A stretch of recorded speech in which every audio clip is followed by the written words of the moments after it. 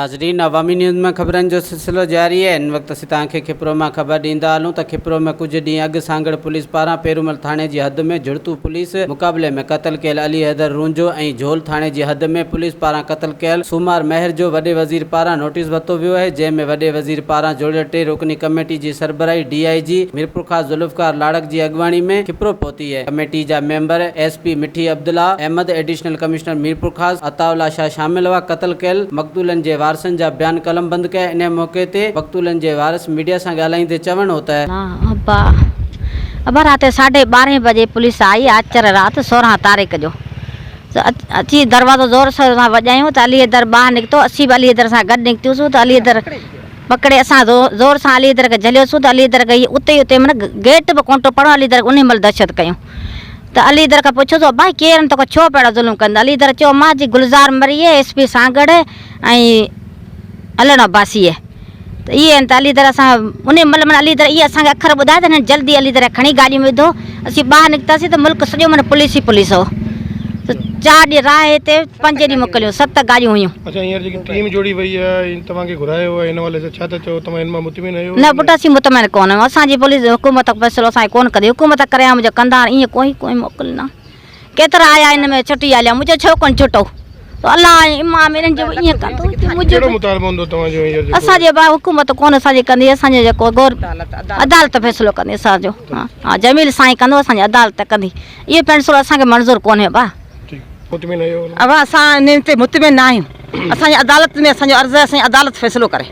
असां ग़रीबनि सां ज़ुल्म ऐं नाहक थियो आहे।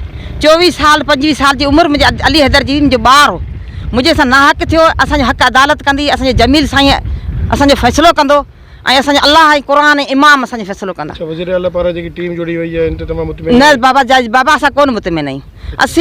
असांजी अदालत फ़ैसिलो कंदी। असांजी अदालत में अर्ज़ु आहे, असांजी अदालत असां मदद करे, असांजी अदालत फ़ैसिलो करे अदालत में वेंदासूं, अॻिते वेंदासूं, पोइ हिते कोन हटंदासूं। भले असांखे गोलियूं हणी छॾीनि, भले असांखे मारे छॾीनि, भले मारे असां अली हैदर खे गोलियूं हयूं त असांखे हणी छॾीनि, हींअर भले हणी छॾीनि, पर असीं अदालत में वेंदासूं। असांजी अदालत फ़ैसिलो कंदी।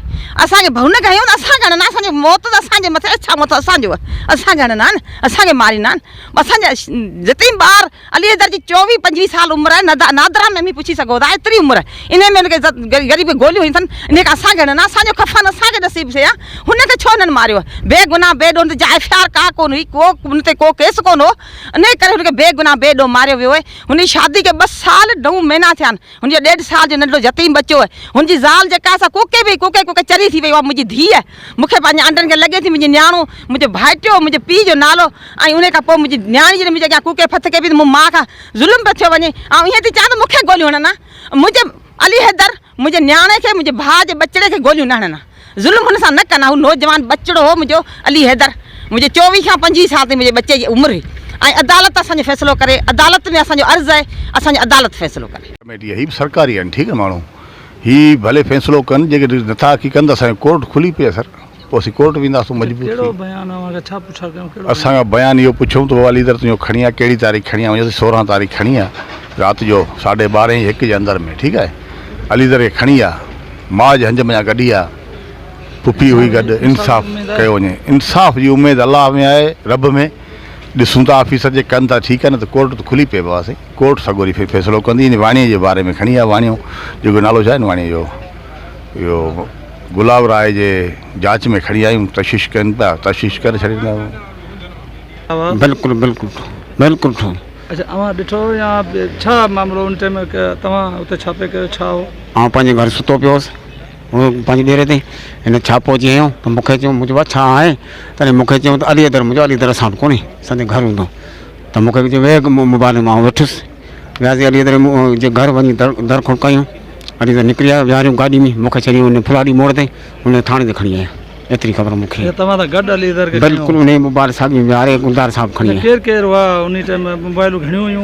मोबाइलूं 8-10 हुयूं, के बते बीठियूं, के असां 3-4 मोबाइलूं आयूं। पोइ हुतां वरी गॾु वियासीं। पर किन माण्हुनि खे ऑफिसरनि खे सुञातो? असां सुञातो गुलदार साहिब खे, हिकिड़ो अलण SP जो DSP जो अलण, ऐं ॿियो इहो सुञातो हिनखे संग्रासी इसाक। इहे 3 हथी कान, बाक़ी 40-50 माण्हू सां गॾु राति जो रगड़ो, असां इहे सुञातो।